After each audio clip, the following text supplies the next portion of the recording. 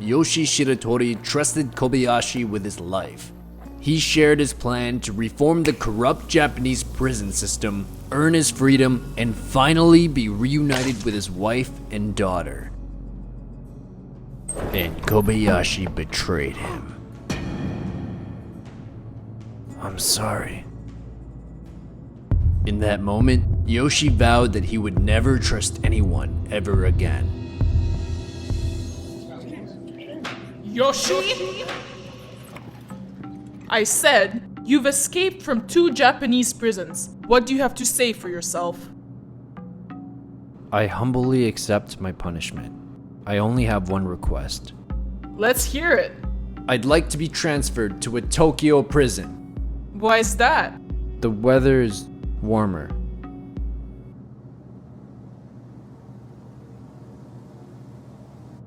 Denied. Ooh, that's cold. Ice cold. His only friend betrays him and they couldn't even grant my guy some warm weather? This was personal. Not only was Yoshie denied warm weather, his life sentence was increased and he was transferred to Abashiri prison, the coldest maximum security prison in Japan with the most vile reputation. Nobody has ever escaped. You thought you could escape me? Huh?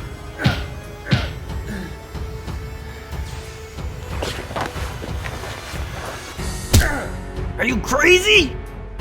I'm done trying to prove I'm innocent. Mark my words. I will break out of here. You can only push a man so far before he snaps, and Yoshie had reached his limit. They say he was so angry, he broke his handcuffs right then and there to make his point. No prison can hold him.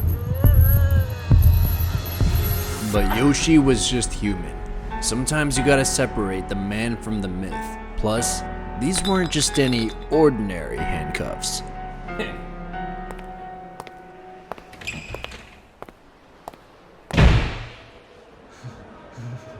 Considering how Yoshie had already escaped twice, the guards learned from their mistakes and put together an escape profile.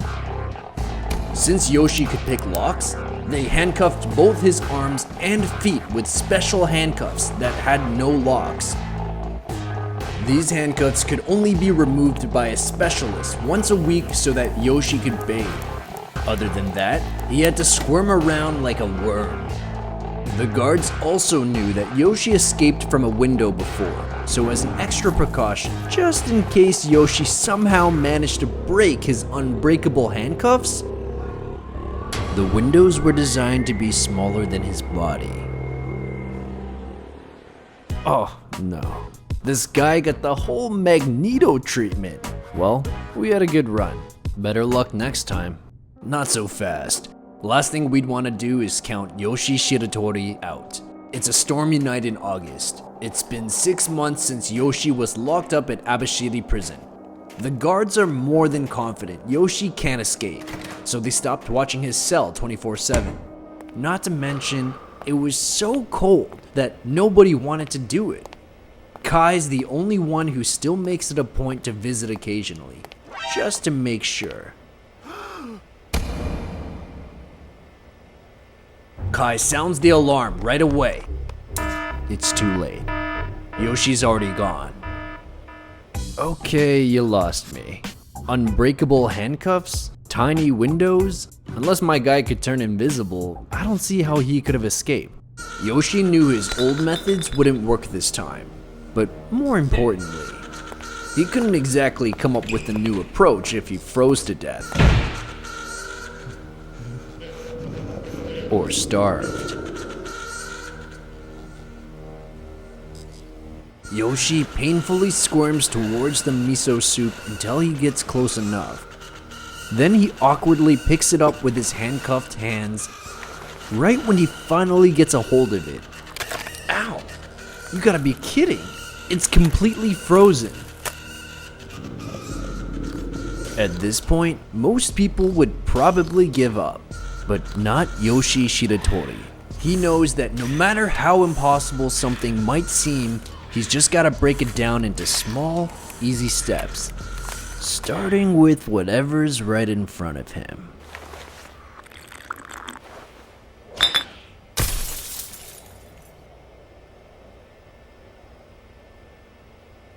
That's it! Suddenly, Yoshie knows exactly how he's going to escape. Kai was tired of playing cat and mouse. He saw to it that Yoshie was only fed miso soup. A cruel but clever move on his part.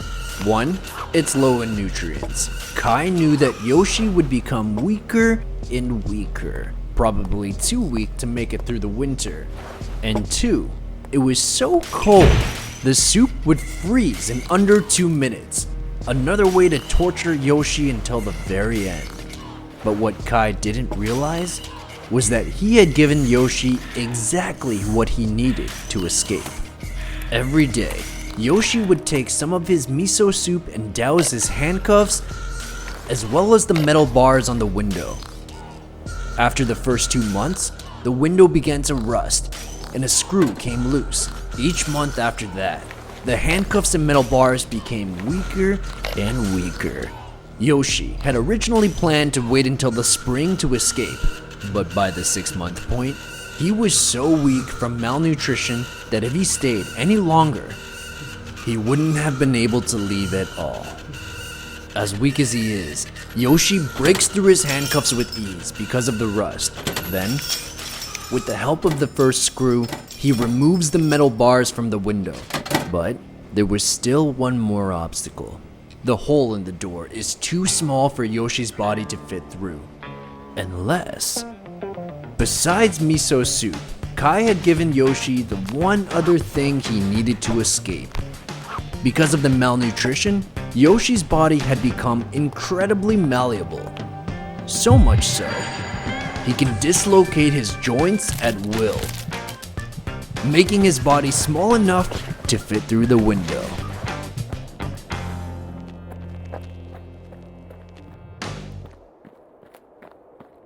Okay, bruh, don't play with me. That's it, right? He gets back to his family? Don't tell me he's gotta go through even more BS. Almost. But there's just one more obstacle standing in between Yoshie and his family.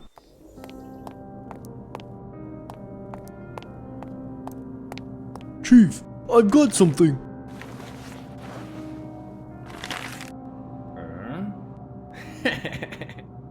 Read.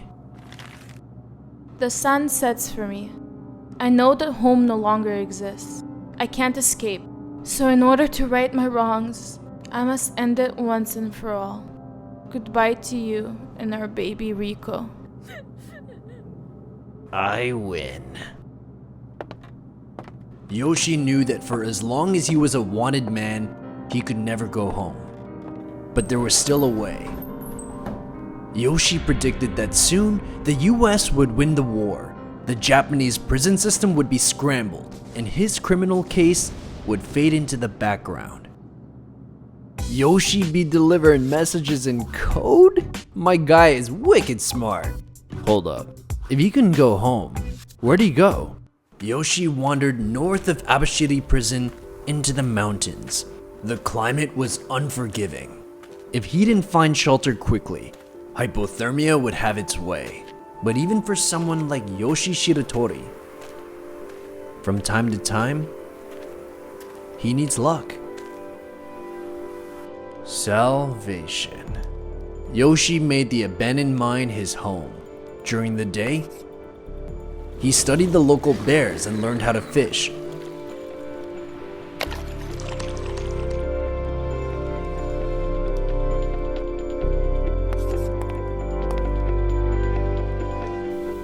He passed time by practicing meditation, visualizing the day that he would finally be able to see his family again.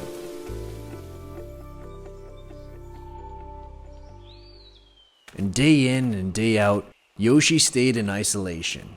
But after 2 years, he had enough. He was losing his mind and needed some human contact. So he took a leap of faith and hiked over to a nearby town. But when he arrived, He couldn't believe what he saw. American soldiers were walking down the street with young Japanese girls. Signs on the walls were all written in English. Yoshie runs over to a nearby newspaper stand and...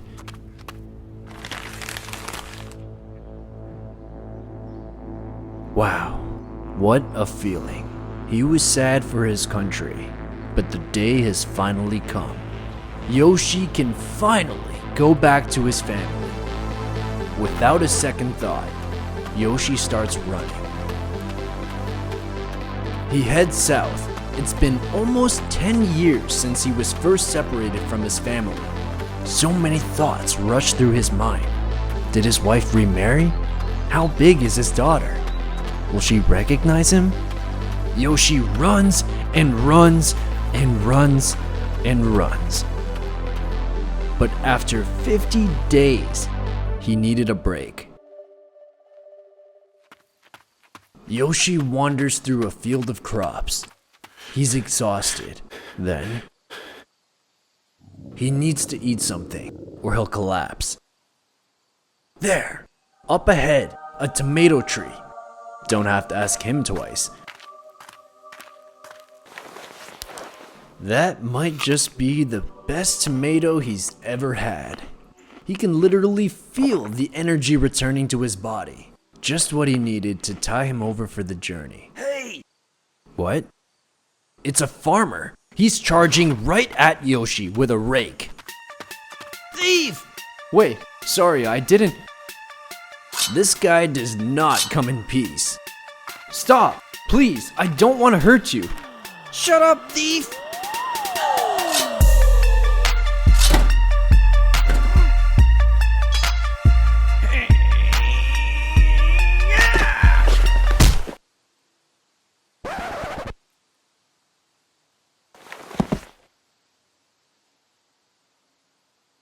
No, don't tell me it's what I think it is. Are you for real? My guy waits out a war, pulls a Forrest Gump across the country, and he gets locked up for this? I'm done. It didn't take long for Kai to learn that Yoshie wasn't dead after all. So this time, he took no chances.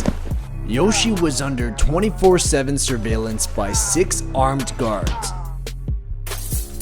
His cell was built to withstand rust. And just in case Yoshie found a way, the windows were smaller than the size of his head. Kai was so confident that he didn't even bother handcuffing him. Even for Yoshie Shiratori, there was no escape. Yoshie spent his days looking up, but by now, he was older and in no shape to climb like he used to. Still, the guards took no chances. They watched him vigilantly. After a few months, Yoshie fell into a deep depression. He slept all day and refused to eat. What do you mean he won't eat? I don't know. He just sleeps.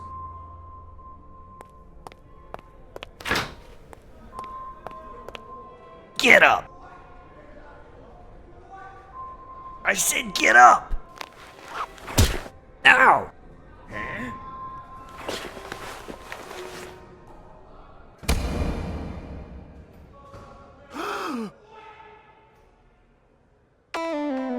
Kai knew that all of Yoshi's previous escapes were upwards, so Yoshie reinforced his bias by spending his days looking up. Since the guards knew that it was impossible to escape through the ceiling or windows, they became arrogant. Meanwhile, every night, Yoshie was busy digging. Turns out, this was Yoshie's easiest escape by far.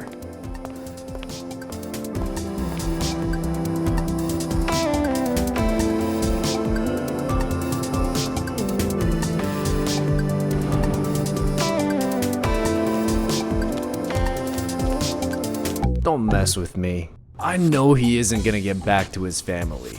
So what's it gonna be this time? He accidentally kidnapped someone's cat? Not exactly.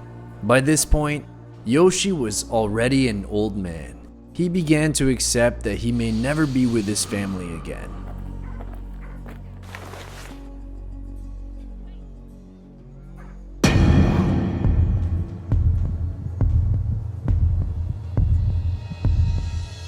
Cigarette? I'm Aki. All Yoshie had known for so long was pain and betrayal. And here, a simple act of kindness from a stranger. Yoshie's reality was shattered. Are you okay, sir? Yes, my name is Yoshie. Yoshie Shiratori. Yoshie turned himself in, but this time, it was different. Things began turning in his favor. The newly reformed Japanese justice system found him not guilty of the farmer's death, so his life sentence was reduced to 20 years. Kai was taken off his case and he was transferred to a Tokyo prison.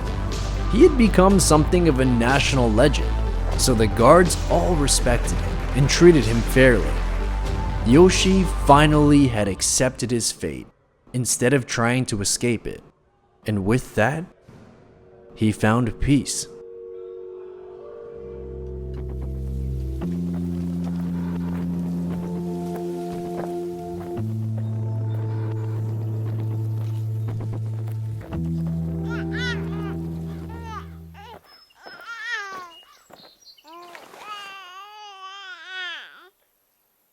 Rico? Who are you? I'm your father.